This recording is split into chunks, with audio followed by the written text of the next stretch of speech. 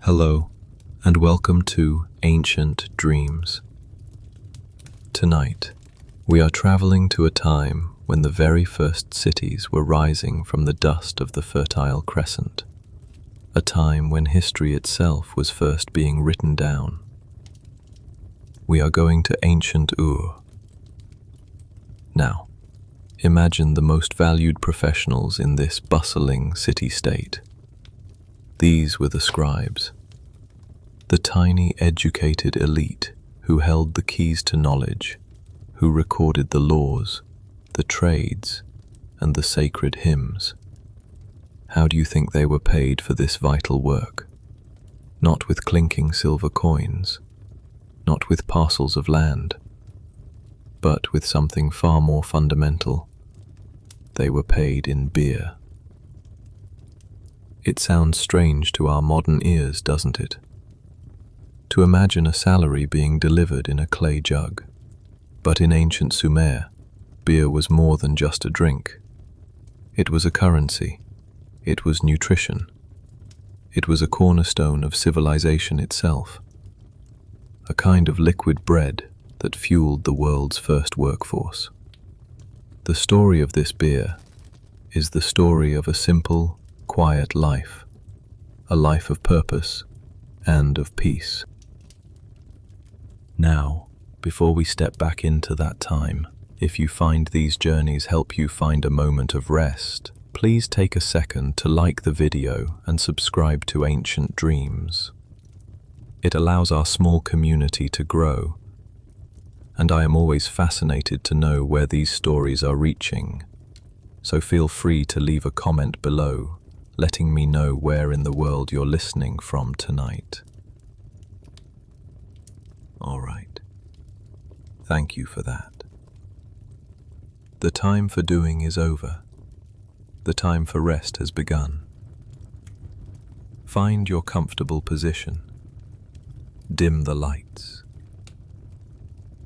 Settle in now, and let your body begin to feel heavy, heavy and supported by the surface beneath you.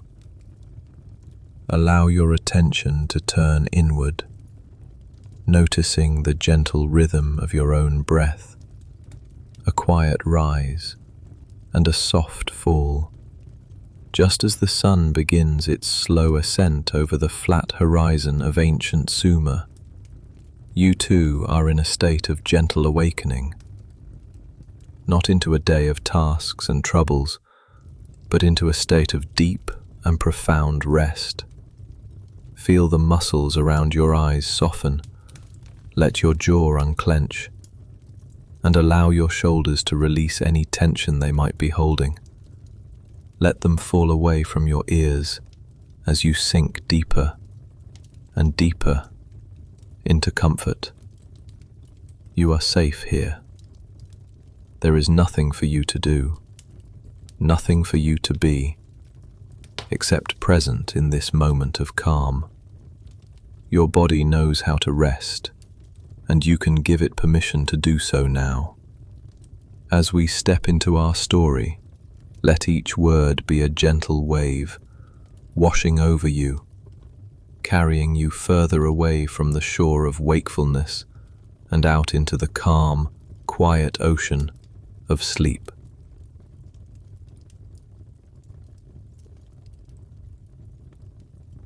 The first light of dawn is a soft, rosy blush against the eastern sky, a gentle diffusion of color that filters through the narrow, high opening in the wall of your small mud-brick home.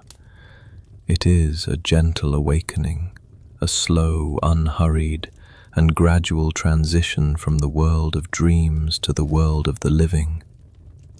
You are lying on a reed mat, the woven fibers cool and smooth against your skin, the pattern of the weave a faint, familiar pressure on your back and legs.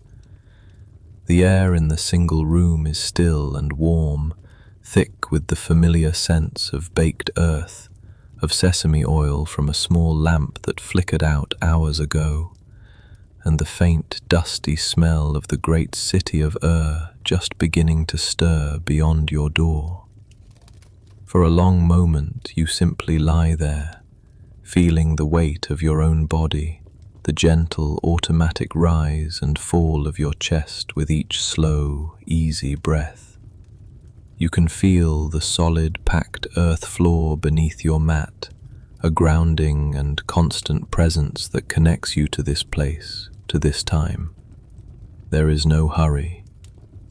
The day has a rhythm, a pace dictated not by the frantic ticking of a clock, but by the sun, by the growing heat, and by the steady, predictable flow of your duties.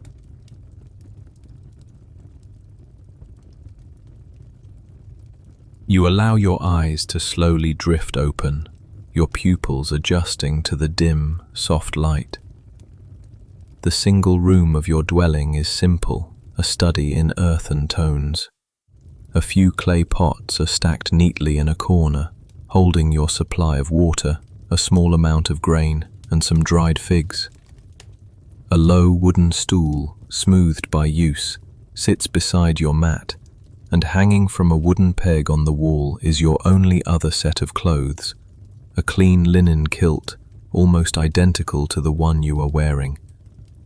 This is the world of Ashur, a junior scribe in the service of the great temple. And as Ashur, your first movement of the day is a slow, deliberate and mindful stretch. You extend your arms above your head, your fingers reaching for the cool air, feeling the pleasant pull in your shoulders and back, a gentle release of the stillness of the night. You point your toes, then flex them, feeling the life return to your limbs. You are becoming aware of your physical form, just as you, the listener, can become aware of your own body, feeling the complete support of your bed, the softness of your pillow, the gentle, reassuring weight of your blanket.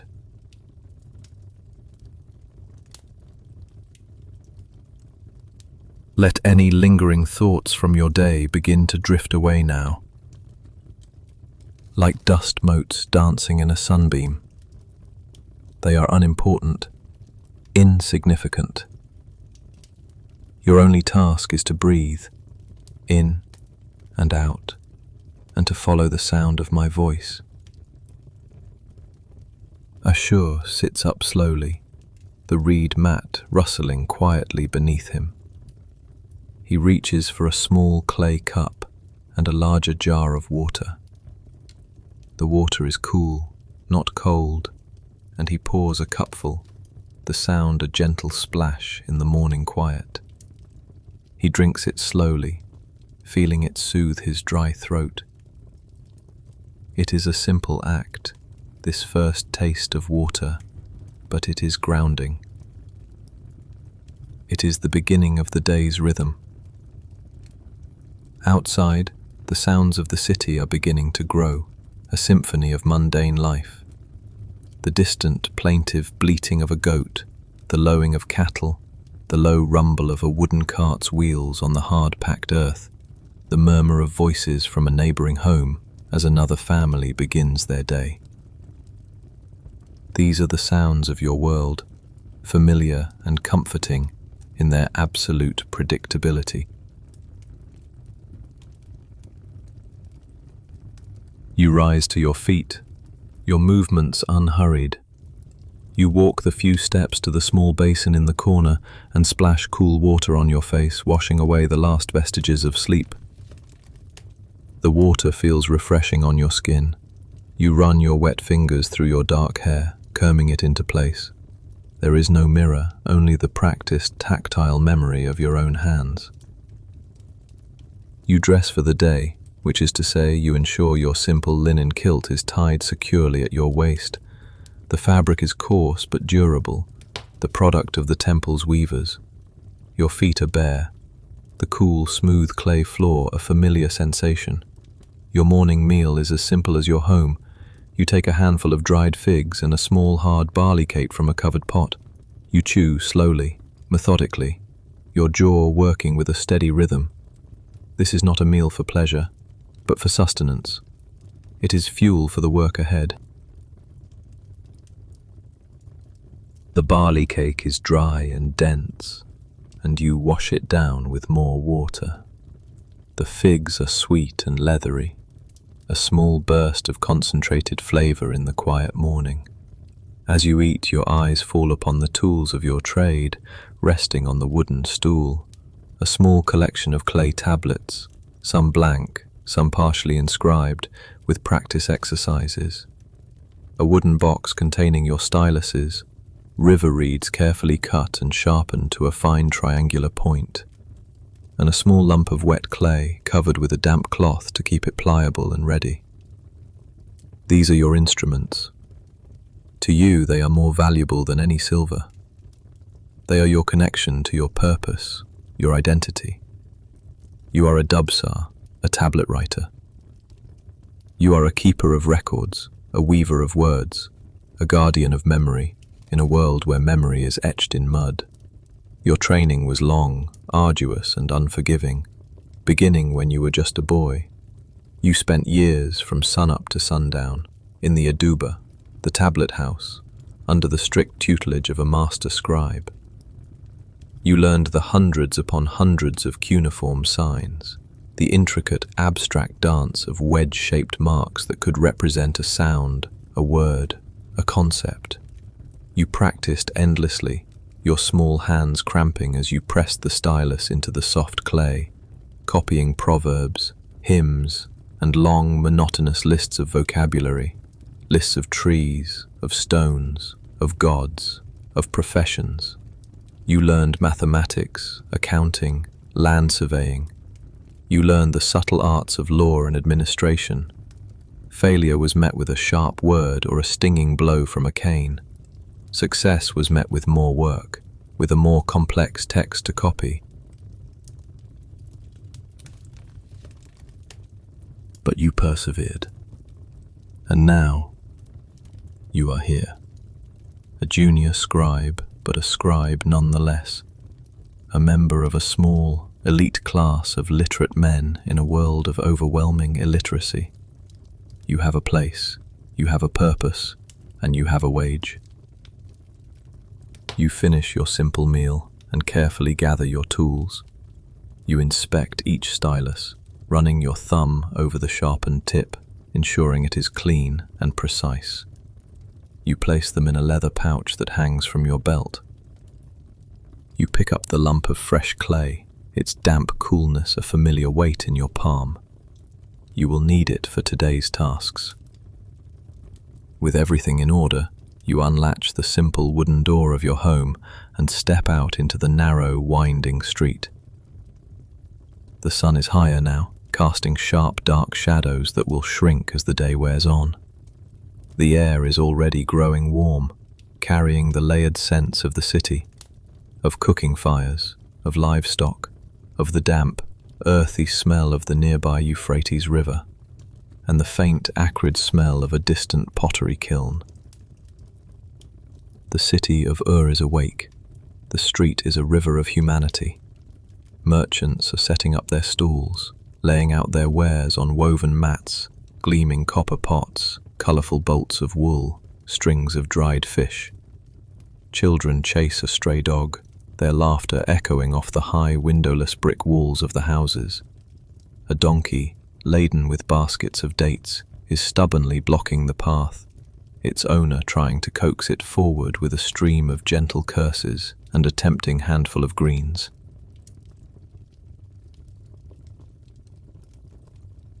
You navigate the throng with practiced ease, your bare feet finding their way over the uneven, hard-packed ground. You offer a brief nod to a neighbour, a silent greeting to the baker sliding rounds of flatbread into his domed clay oven. The smell of the baking bread is warm, yeasty, and comforting. You are part of this city, a single anonymous thread in its vast and complex tapestry. Your destination is the great temple precinct, the heart of the city, a sprawling complex of courtyards, workshops, and storehouses, all dominated by the immense stepped ziggurat, its tiered levels reaching towards the heavens like a man-made mountain. This is the center of both spiritual and economic life in Ur, and it is where you work. As you walk, you notice the details of your world, a habit ingrained by your training. The intricate patterns of the baked bricks in the wall of a wealthy merchant's home, the vibrant blue glaze on a pot for sale in the market, the way the sunlight catches the dust motes hanging in the air. You are trained to observe, to record. Your mind is always cataloguing, noting, remembering. This is the nature of a scribe. You pass through a grand, shadowed gateway into the temple precinct, and the chaotic noise of the city recedes, replaced by a more focused, purposeful hum of activity. Here, everything is orderly. Everything has its place.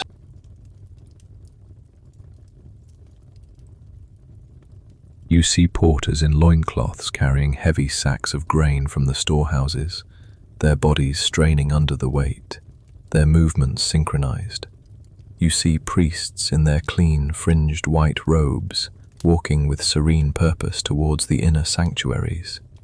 You see craftsmen in their workshops, potters at their wheels, weavers at their looms, carpenters, smiths, all working in the service of the temple, and by extension, the gods. And you see other scribes, men of all ages, hurrying towards their various duties, their own clay tablets and styluses in hand. You make your way to your own place of work, a large, cool chamber known as the House of Records. Its walls are lined with wooden shelves, and on these shelves are thousands upon thousands of clay tablets, stacked neatly or stored in sealed clay jars.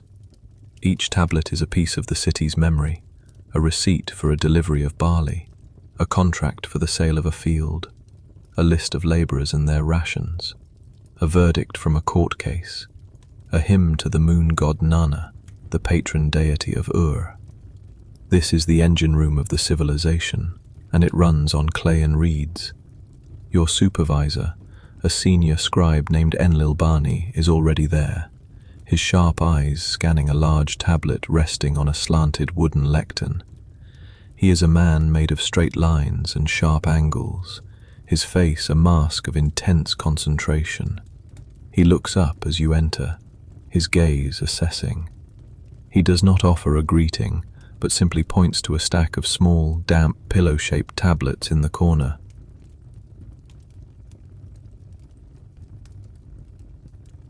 The daily ration lists for the Weavers' Guild, he says, his voice flat and devoid of emotion. They need to be finalized and sent to the storehouse master by midday. The quantities are on the master tablet. Do not make any mistakes. The weavers are already complaining their last allotment was short. You nod, your own expression neutral. Yes, Master Enlil-Bani. You pick up one of the blank tablets. It is cool and smooth, the clay perfectly prepared, free of grit and air bubbles. You take your place at a low wooden table, sitting cross-legged on a woven mat. You select your sharpest stylus, and you begin to work. The master tablet contains the names of the weavers and the precise amount of barley, sesame oil and wool allocated to each of them based on their skill and family size. Your task is to meticulously copy this information onto a new tablet that will serve as the official disbursement order for the day. It is work that requires absolute, unwavering concentration. A single misplaced wedge, a single incorrect number could cause a dispute, a shortage, a problem that you would be held responsible for. Your stylus moves with a practiced, efficient grace. Press, lift, turn, press, lift, turn. Each mark is deliberate, precise. The triangular tip of the reed creates the characteristic wedge shape of cuneiform. You work in neat columns, from left to right. A vertical wedge for the number 1, a horizontal wedge for 10. The symbol for a person's name, the symbol for barley, the symbol for oil. It is a language of mathematics and symbols, a universal code that allows the vast and complex temple economy to function. The only sound in the room is the soft, rhythmic scratching of your stylus on the clay, a sound that is as familiar to you as your own breathing. You are not thinking about anything else. Your mind is focused entirely on the task at hand. The shapes of the signs, the spacing between the lines, the numbers. This is a form of meditation, a state of deep focus that blots out all other distractions. You are a conduit, transferring information from one vessel to another, ensuring its accuracy, its permanence. An hour passes, then another. The sun climbs higher in the sky, and the house of records grows warmer. Other scribes come and go, their movements quiet and purposeful. A messenger arrives with a new set of tablets from a provincial governor, which are logged and stored. An accountant comes to consult a record of tax receipts from 5 years prior, carefully pulling the correct tablet from its shelf. The work is endless. The flow of information is constant. You complete the first ration list and set it aside carefully in a shaded spot to begin drying slowly, so the inscription becomes permanent.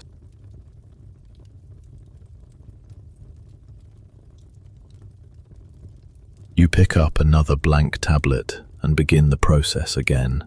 Name, quantity, commodity, name, quantity, commodity. It is repetitive, it is meticulous, and it is essential. This is the unseen scaffolding that holds the entire civilization upright. Without you, without the scribes, there would be no long-distance trade, no complex administration, no way to manage the vast wealth of the temple and the state. There would be no history, only the fading, unreliable memory of spoken words. You are the memory of your people, etched in the earth itself. As midday approaches, you finish the last of the weaver's ration lists. You review your work one final time, your finger tracing the lines of cuneiform, your lips moving silently as you double-check the numbers against the master tablet. Everything is correct. You stack the finished tablets and carry them to Master Enlil-Bani. He takes them without a word, his expert eye scanning your work in a fraction of the time it took you to create it. He gives a single, curt nod. It is the highest praise you can expect. Take them to the storehouse, he commands, and then take your midday meal. You bow your head slightly and carry the tablets out of the house of records, back into the bright, hot sunlight of the temple courtyard. The storehouse is a massive, windowless building, its thick walls designed to keep its contents cool and dry. The air inside is thick with the dusty, sweet smell of immense quantities of grain.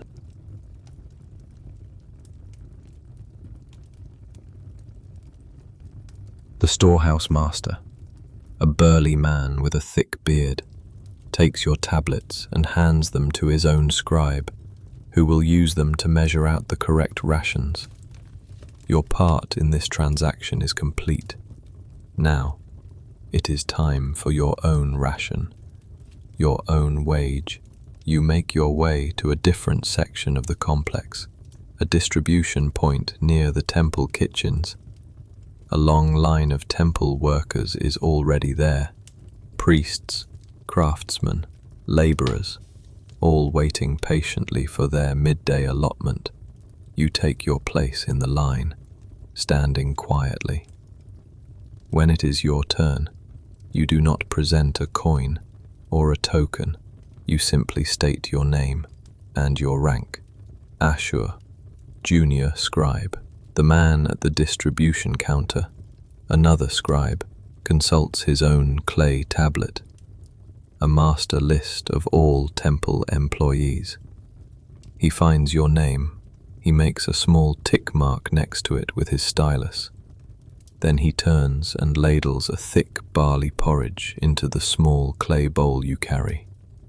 And next to that, he fills a larger ceramic vessel, a standardized 1-liter beaker, with beer. This is your payment. This is your wage. The porridge is your food. The beer is your currency. You take your meal and find a quiet spot in the shade of a high wall to eat.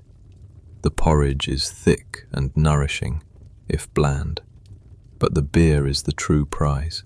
It is thick, cloudy, and nutritious, more like a liquid bread than the filtered, bubbly beverage of the modern world.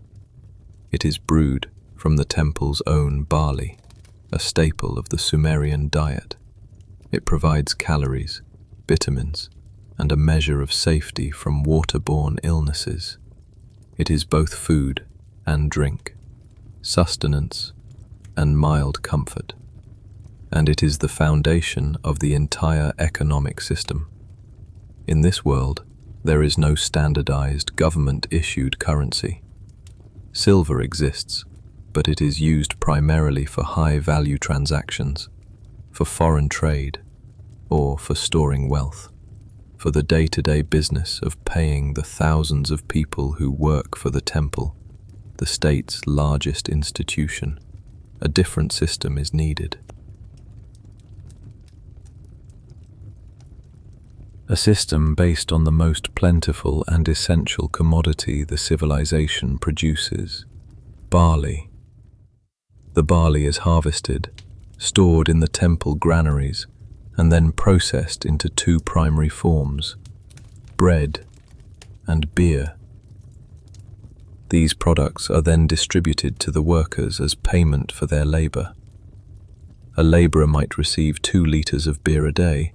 A foreman might receive 4.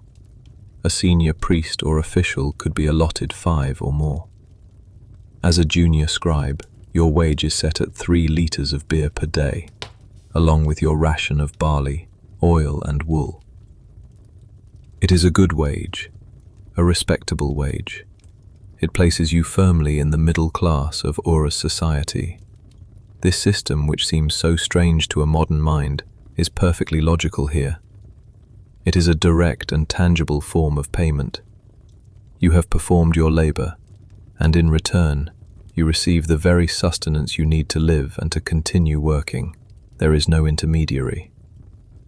The value is inherent and understood by all. The temple is not just a place of worship. It is a massive, vertically integrated corporation. It owns the land, employs the farmers to grow the barley, the brewers to make the beer, and the scribes like you to track and manage the entire process. It is a closed loop of production and compensation. You finish your porridge and drink some of the beer. It is slightly sour but refreshing in the midday heat. You will save the rest for your evening meal. As you sit there in the shade, you understand your place in this grand system.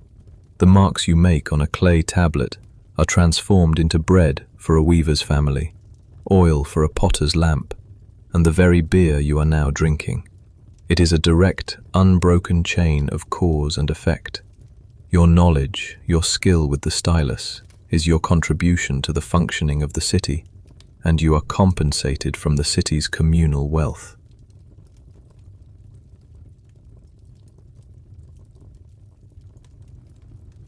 The afternoon's work is different. You are assigned to accompany a senior surveyor to a plot of land just outside the city walls. The temple has acquired a new field, and it must be measured precisely so its yield can be estimated and its tax obligations recorded. You carry the coiled measuring ropes, the heavy boundary stones, and of course a supply of wet clay and your styluses.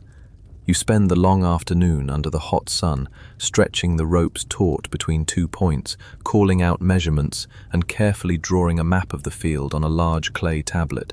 You note its dimensions, its features, A small cluster of palm trees in one corner, a slight depression in another, and its proximity to the nearest irrigation canal. The senior surveyor dictates in a low monotone, and you write, your stylus flying across the clay. This is the practical application of the mathematics you learned in the Adaba. It is no longer an abstract exercise. It is the act of imposing order upon the world, of translating the physical landscape into the symbolic language of cuneiform. By the time you are finished, the sun is beginning to dip towards the western horizon, painting the sky in shades of orange and purple. The heat of the day is finally beginning to break. You walk back to the temple precinct, tired but satisfied. Your work for the day is done. You return your tools to the House of Records and are dismissed. But before you go home, there is one last stop. You receive the remainder of your daily wage, 2 more 1-liter beakers of beer. You now have your full payment for a day's work. You carry the heavy ceramic jars carefully as you walk back through the evening streets. The city is transforming once again. The markets are packing up. The smell of evening cooking fires is in the air. The pace is slower, more relaxed. Families are gathering in their homes or in their small courtyards. You arrive back at your small mud brick house.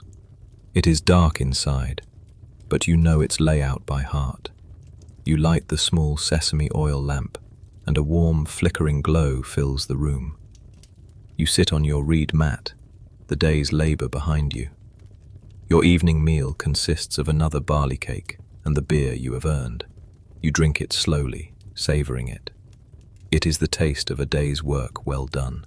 It is the taste of security. It is the taste of your place in the world. You have contributed. You have been compensated. The system has worked. As you finish your meal, you do not feel the need for entertainment. The day has been full enough. Your mind is tired from the concentration. Your body is tired from the walking and the work in the sun. Sleep will come easily. You clean your bowl and cup, setting them aside for the morning. You extinguish the lamp, plunging the room into a deep, comforting darkness. You lie down on your reed mat, the familiar rustle a soothing sound. Outside, the sounds of the city are quieting, fading into a low, distant hum. You can hear the chirp of a cricket, the soft hoot of an owl. You close your eyes, and you feel the gentle pull of sleep. You have done your work. You have recorded the facts. You have measured the land. You have played your small, essential part in the great, complex machinery of your civilization, and you have been paid in beer. It is enough. It is everything. And now, your own day is done. The journey to ancient is over. You have been a silent observer, a witness to a life so different and yet so fundamentally the same. A life of waking, of working, of eating and of resting. Just as Ashur the scribe found his rest at the end of a long day, so too can you find yours. You have done enough. You are enough. There is nothing left for you to do now but to let go. Let go of the day. Let go of your thoughts. Feel the deep, peaceful quiet settling in and around you. You are safe. You are comfortable. And you are ready for a deep and restorative sleep. Allow your breath to be your anchor, a slow, steady rhythm in the quiet darkness. Each breath out is a release, letting go of anything you don't need to carry with you into your dreams. Each breath in is a wave of calm, washing over you from the tips of your toes to the top of your head. The world outside can wait, all of its demands, all of its noise, all of its concerns. They can all fade away. They have no place here. This time is for you. This time is for rest. This time is for peace. Allow your mind to drift. Allow your body to sink deeper and deeper into stillness. There is only this moment, this breath, this feeling of profound and gentle calm. Sleep.